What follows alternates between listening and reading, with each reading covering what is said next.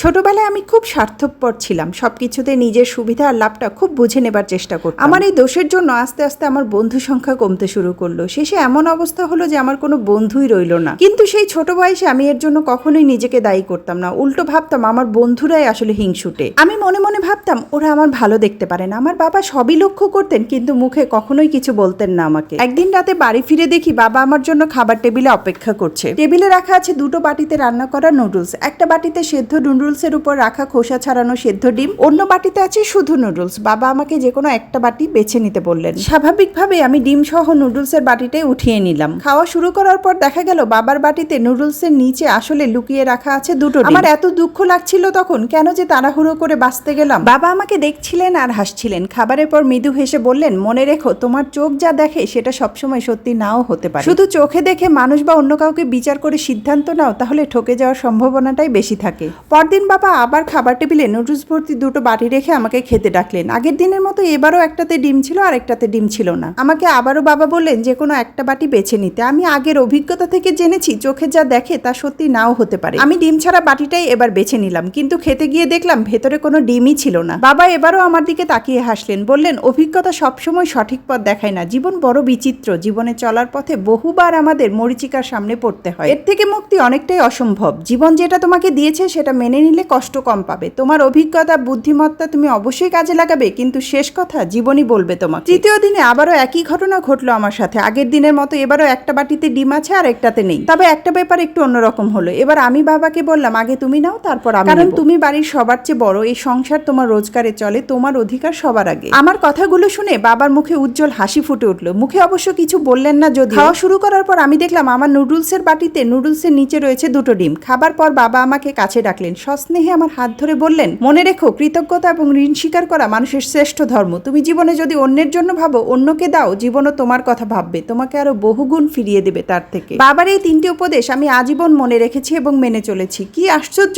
সত্যি জীবন আমাকে বহুগুণ ফিরিয়ে দিয়েছে। আমি আজ যেখানে আছি সেটা জীবনের দান ছাড়া আর কি হতে পারে। এটা আমার জীবনের কোনো গল্প না, এই গল্পটা চীনের বর্তমান প্রেসিডেন্টের বাস্তব জীবনের গল্প।